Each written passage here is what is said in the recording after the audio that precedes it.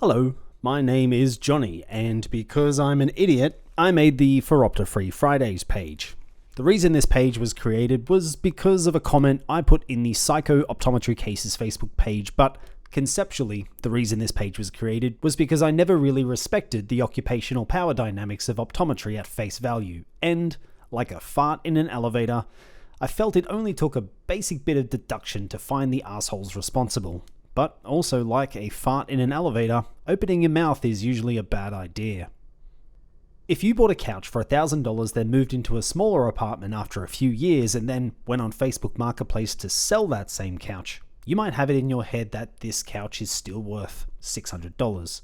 You'd be happy with $500, and if you basically really couldn't find a buyer before you moved out, you'd let it go for $300 or clean off the Pop-Tart stains and give it to a family member. So you throw up an ad, and a buyer offers $500, but then shows up with $200 cash and says, take it or leave it. You're probably going to leave it. You're confident that you can find a new buyer, and you'll probably give that douchebag a piece of your mind for getting you out of your Peter Alexanders on a Saturday. Now, I'm not an economist. I actually feel bad when I ruin someone's life, but this is my basic understanding of a relatively fair market.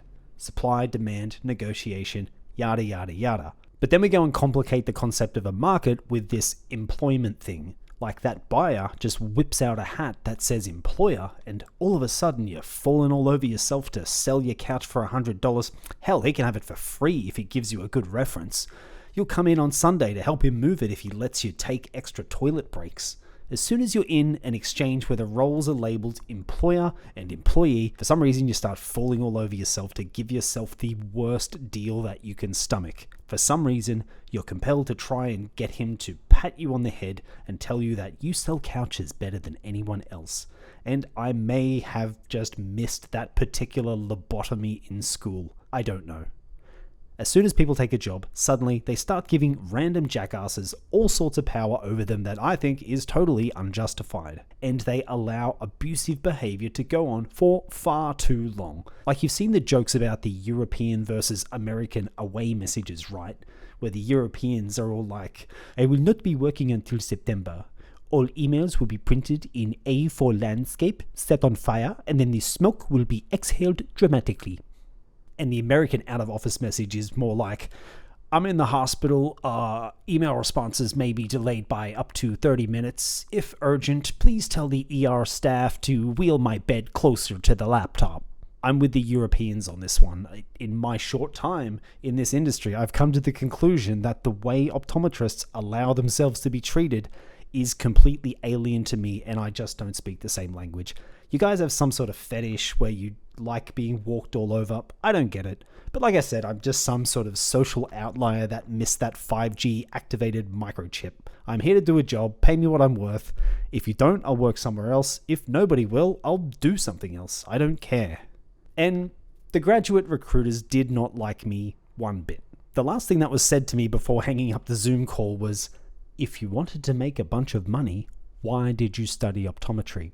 Which I think is the most hilarious thing that a recruiter could possibly say to someone when they're trying to recruit them. This was in response to me asking her why I would be on this side of the slit lamp when I could be a traffic controller on the other side of the slit lamp, earning $10,000 more than she was offering. I just didn't understand it. The exchange was weird. I didn't get it. When I told my lecturers what the recruiter said, they offered to write a formal complaint on my behalf. Of course I declined, since I suspect that I somewhat baited her into that reaction a little bit. But now, only 3 years later, optometry is clearly circling the drain, and I start to think maybe my response was the reasonable one, and the people that ate up the horseshit that she was selling are the ones wondering what the fuck they wasted 5 years of their life studying for.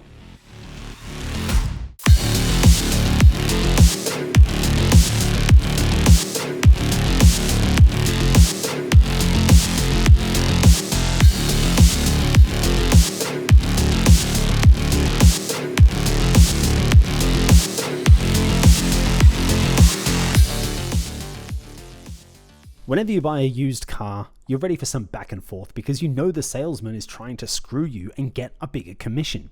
When you buy a property, you know that the dumbest thing that you could do is walk in and say, oh my goodness, this is perfect. We'll pay whatever you ask, like right in front of the real estate. So you don't do it because your leverage in any deal is tied to your ability to walk away from it. When you walk through a shopping center and you're going to get yourself another bulk pack of pizza pockets despite telling yourself the whole reason you got an air fryer in the first place was to cook fresh vegetables, you dodge the people trying to sell you raffle tickets. You regularly, purposefully put yourself in a position where salespeople have no power over you even though they would like to. You already know that you can walk away from any of these bad deals and your day is not going to change a bit. You know that everyone wants your money, and if you say yes to everyone, you won't have any money left. But when it comes to future money, orders of magnitude higher than the cost of that new car, you guys seem to act like the first offer is the only offer you'll ever get. And in the case of optometrists continually selling themselves short and allowing this oversupply to propagate, you're kind of turning it into a self-fulfilling prophecy. You are losing leverage fast. So when it comes to something more costly than a raffle ticket or a car or a house, seems like you're ready to sell yourself out to the first person that sniffs your undies and suggests hints of lavender just because they put on a green shirt or a black shirt and told you they were important. It's still the same person that gave up on life and decided to become some corporate prostitute for commission. Look at the terrible shit coming out on those anonymous web forms. These corporate representatives are not quality people. They don't represent quality organizations looking out for your best interests. And they're not even compensating you fairly for the training that you've undertaken. But you guys don't treat them with any of the contempt that they deserve. All they need is some $5,000 bar tab, and all of a sudden students are ready to drop to their knees and take the first thing presented to them. Metaphorically speaking, of course. Students don't even approach any other employers because they've already been astroturfed so hard into thinking that this person that the university let in to host an event is invested in their future and this is the best offer, even though it's still just Barry from Cash for Cars saying whatever he needs to say to get the recruitment equivalent of a fucking multi. It's so sinister and perverted that I kind of respect it. You get to call up a university who's happy to just give you unrestricted access to an entire cohort of like 8R99 students who have never not been students any time in their lives and are all way too trusting of the adults in the room to watch out for their best interests. You get 70 people that are like 16.5 years into their 17-year academic journey, just before their combined economic power goes from nothing to like millions, and you send out some commission-hungry parasite to throw a $10,000 early bird bonus at them like they're a fucking car spot at the airport, and because they're so vulnerable and nobody's telling them that they're going to generate 20 times that just in Medicares, they sign. They're locked into some 2-year contract that's going to undercut the market, bleed them of all passion from the job until it's beaten into them that it's a sales job and not a health job, while they're the ones taking full responsibility for any fuck-ups through their APRA registration.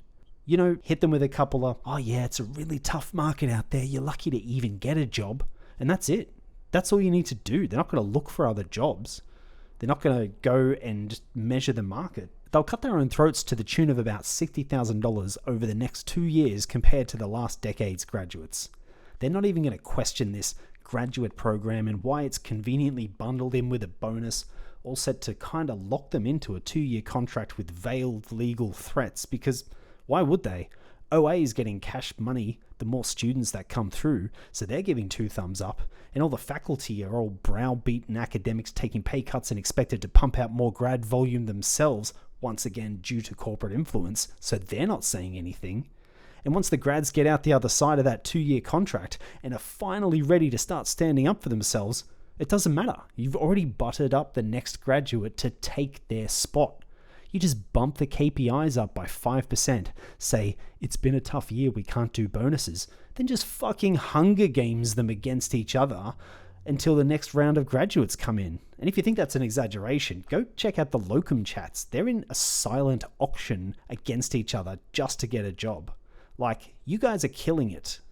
And by it, I mean optometry as an industry. I've said from the beginning, I think it's an awesome scam. It's some like Dennis Reynolds isolate AstroTurf, hit him with the implication of danger shit.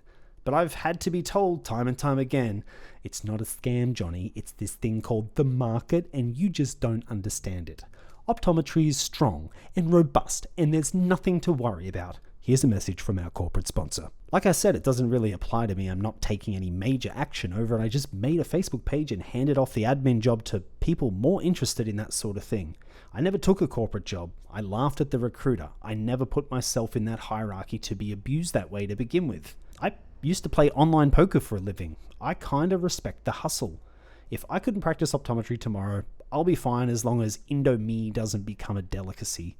But just by opening my stupid mouth on Facebook, I've seemingly prompted about 1,200 of you to also start questioning if the Kool-Aid tastes a little bit like rat sack.